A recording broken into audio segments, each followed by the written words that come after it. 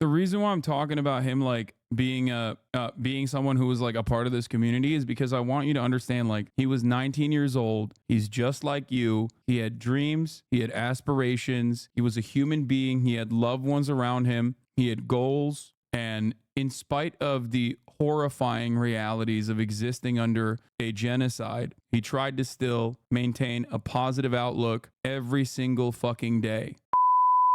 Technically, since we pay our tax dollars to this, aren't we complicit too? I mean, yes. But as long as you are doing everything you physically can to try and put an end to this, as an American taxpayer, as an American citizen, what more can you fucking do? You know what I mean? That is why when people say this issue is irrelevant, why the fuck are you talking about this? Why are you talking about it? It's like, well, I'm paying for it. Of course I'm gonna fucking talk about this. I'm paying for it. Which leads me to one other story that I've like been reluctant to cover personally because there is obviously a deep and personal connection here, and it's been tough. It's been tough bringing this up, but Israel killed a TikTok, Instagram influencer in Gaza whose name is Mohammed Halimy. Okay, his name is Medo Halimy. He was 19 years old, and Israel killed him. His last post was 3 days ago, talking about, and he is just like with Omar Mohammed on the Omar Hirsch show. He was documenting his daily life, experiencing a genocide.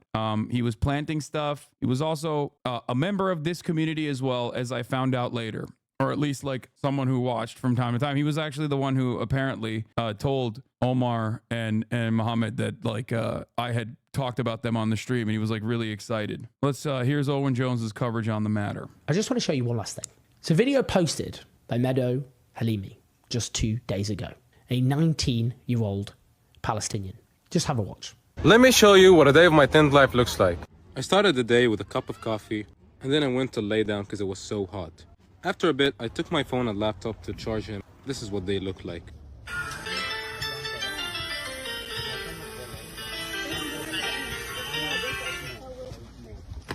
And when I got there, I ordered a lemonade. So refreshing. As I waited for them to charge, I started working on designs for my new secret project. I then got the phone and went to get a haircut. I need one. Tell me how it looks.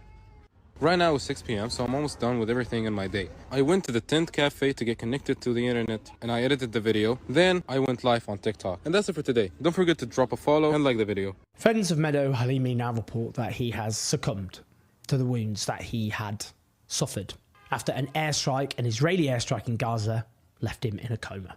Go to his Instagram profile, Medo_Halimy. Go look at his videos. This was a young man who lived, who despite unbearable circumstances so hellish that virtually none of us can really imagine what they're like. Full of joy, full of happiness, and despite it all, full of love for life.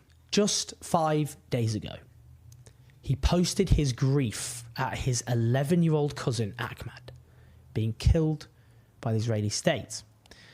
And in that piece mourning his slaughter, he also mourned those other innocent Palestinians who have been butchered alongside him. And he finished that post with the following. Each one of them had a life, dreams, talents, hopes, and people whom they loved. No one deserves this. No one does deserve this. 11-year-old Ahmed did not deserve this. 19-year-old Medo did not deserve this. The tens of thousands of Palestinians slaughtered by the Israeli state with the direct involvement of the US state did not deserve this. This genocide has to end. We have to stop it. We have to fight with everything we have to end this genocide. And that means being honest about the role and the position of a US administration which is soaked in blood. Viva Palestine talks about his background a little bit as well. Specifically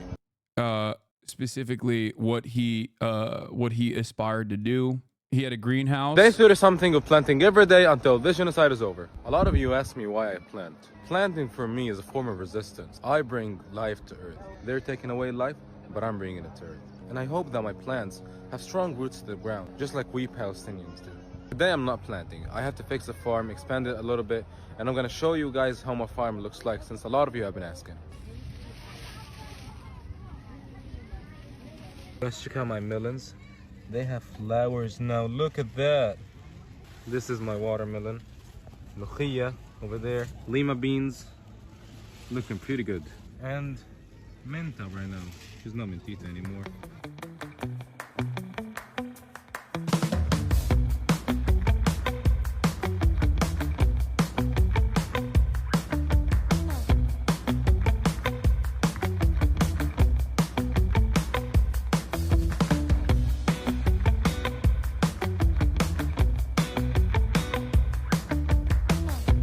The reason why I'm talking about him like being someone who was like a part of this community is because I want you to understand, like, he's 19 years old. Okay, he was 19 years old. He's just like you. He had dreams, he had aspirations, he was a human being, he had loved ones around him, he had goals. And in spite of the horrifying realities of existing under a genocide, he tried to still maintain a positive outlook every single fucking day. And now, as I showed you his last video before, he'll never be able to complete a secret project. It's over. It's done. Israel snuffed at that light. I need you to understand. That's a college that in other circumstances, in normal circumstances, in the United States of America, that's just a college sophomore, a college freshman, you know? That's why this shit matters when people protest in college campuses. These are people just like you, okay? He happened to have a platform to communicate the daily existences to the Western world that was otherwise turning a blind eye. And I think he played a very important role in that regard. But it is crazy to me that like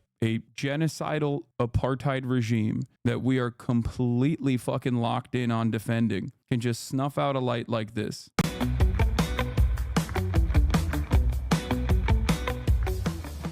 Splendid.